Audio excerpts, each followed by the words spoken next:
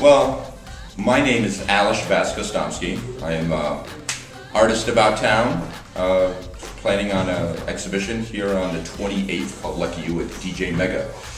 And I'm B.Askew. I'm doing graphic violence August 7th here at React Space. I'm also an artist around town, or something other than that. That's really it. I label you as a celebrity about town. You are a man about town. You may have seen me in pictures online drunk, but don't hold that against me. Hold it against him. He was the one behind the bar, not the camera. So, yeah, what's up? Good to see you. Good seeing you. You getting ready for your show? Trying to. It's very stressful, as you know. Sure. I've been seeing some of the stuff that you're planning on having for the show, and I like the direction your stuff is going. It looks kind of a little grittier, a little gnarly, a little bit more punk rock. It is. It really is a combination of punk rock and a bunch of good stuff that I grew up and I believed in. Yeah. And shit that makes me art, really. Yeah. You know, same thing with you. I know you have a really huge graffiti background, and just taking that and using that in your art, as well as other things.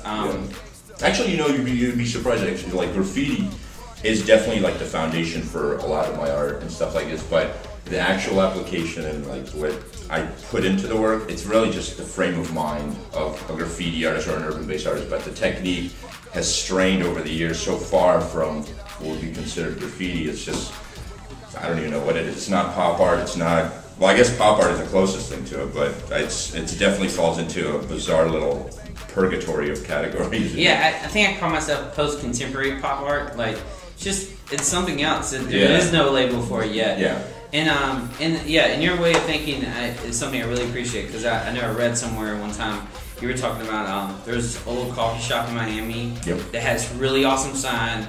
And then you came back a few years later and it's a Starbucks or something. Right, yeah. Yeah, it's just disappointing. I mean, like, that part of culture, sign making, all that stuff, it's awesome. And it's not there anymore. No, it's a lost art. And actually, wherever I travel, like in the cities that I go to and stuff like this, actually one of the best cities for this kind of stuff that I've seen, I'm sure there's probably ones that are better, but Dallas, Texas, because they still have like those old, like retro signs that are like hand welded with the neon and stuff. They're like all ornate and stuff like this. Like in like a plaza where it has like a Kmart and like some other like little shitty shops like that, but it has like this beautiful like iconic 60s retro sign that like spins and stuff. Looks like it's from a spaceship or something. Yeah, definitely. I love stuff like that. That's inspiring to me. That's real art. That's people who are making stuff because that was their job, and it turned out to be awesome ass art. Yeah, it really did. Really. And I like seeing that stuff in like your style of work. And yeah.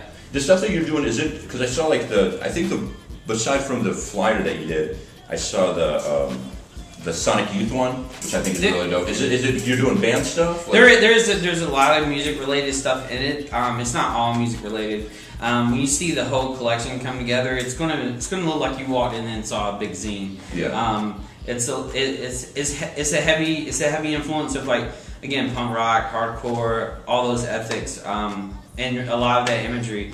I talked to a friend today, and he had mentioned, can't think of the guy's name, who does the stuff for Black Flag, Pettibone. Yeah. He's like, I see a lot of Pettibone right there. I was like, it is. I mean, that's a big inspiration for it. Yeah. That's the best style to describe what the show is really going to encapsulate. You know, I like that you mentioned zines and stuff like this, because that's personally my biggest influence is like old hand-cut punk rock flyers, old zines from like the 90s and 80s, like when everything before, like, you know, Photoshop was as rampant and stuff, and everybody was just like cutting stuff by hand. The old fuck stuff, you know, like the original fuck brand. It's like I'm a huge fan of that kind of stuff. It's funny you actually bring up fuck, because I almost wore a fuck t-shirt today.